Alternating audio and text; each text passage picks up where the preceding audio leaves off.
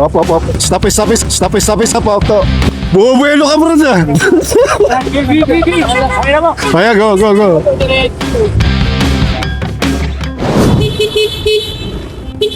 Guys, pray tayo bago tayo malis. Well, let's pray. Siyempre, first time natin to. No?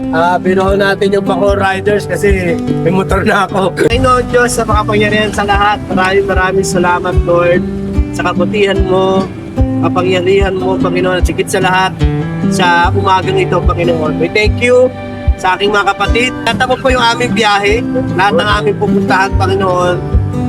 Patuloy kang panguna sa bawat isang Panginoon. Maraming salamat. Pangalan ni Jesus. Amen. Amen. So okay mga kapatid, welcome back sa aking channel, sa YouTube channel. So medyo natagalan tayo mag-upload ng ating video rito sa ating YouTube channel. Kung natin umpisa ng ating rice, meron muna akong sinishare na word. Sabi sa Corinthians 6:19-20, do you know that your bodies are the temple of the Holy Spirit whose is in you, who you receive from God? You are not your own. You were bought at Christ. Therefore, honor your God with your body. So dito, niremind tayo ni Lord na ang ating palang body ay temple of the Holy Spirit. So ibig sabihin, dito na nanahan ang ating Holy Spirit. So kaya nanahan ng Holy Spirit sa ating body. Meron nagbigay nito at walang iba kundi si Jesus Christ. So ang pinambayad niya rito ay kanyang banal na dugo. So, kaya kapatid, mahalin natin ating katawan. Walang ibang magmamahal nito kundi ikaw lang. Bakbakero eh. Bakero nga eh. Nawala ka ganito.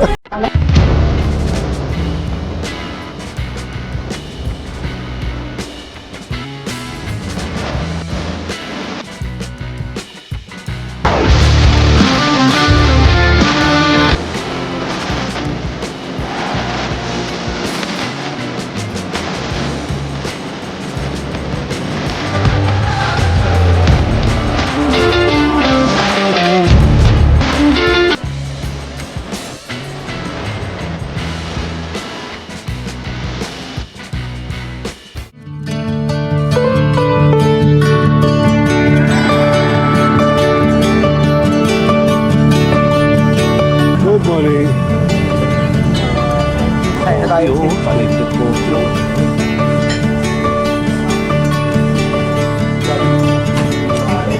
So ito mga kapatid, taslo na kami rito. Ito yung breakfast ride namin na biglaan. Kaya pag biglaan talaga natutuloy eh. Ang usapan, lomi rides lang pero iba yung nakikita namin eh. Parang hindi lomi to eh. Buffet.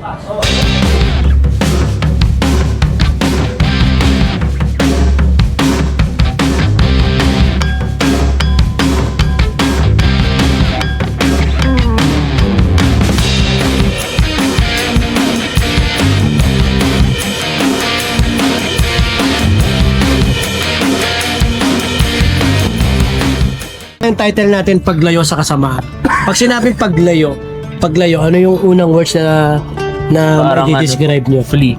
Ikaw? Flee. Yung Flee. pagtakas. Pagtakas. Escape. Pagtakwil. Escape. Iwan, no? Iwan. So, yun yung mga bagay pag sinabing paglayo, talagang aalisan natin. Sabi nga doon, itakwil. Umalis. Alisan natin. Umalis tayo. Sa tayo aalis? Doon sa kasamaan. So totoo lang talaga pag may pinaplano na rice tapos gagawa ng GC, magpapalista ron, hindi natutuloy. Pero dito, by the grace of God, natuloy naman. So yung mga nagpalista sa GC, nagsamahan naman lahat. At successful yung aming first ride. Problema ko nga lang, hindi ko lang na-videoan yung naging ganap namin sa Fantasy World at saka sa People's Park. Anyway, kahit gano'n nangyari, successful ang aming rides. Hindi kami inulan, maganda yung panahon, maganda yung klima, naging maganda yung takbuhan, wala nangyaring aberya, all goods lahat.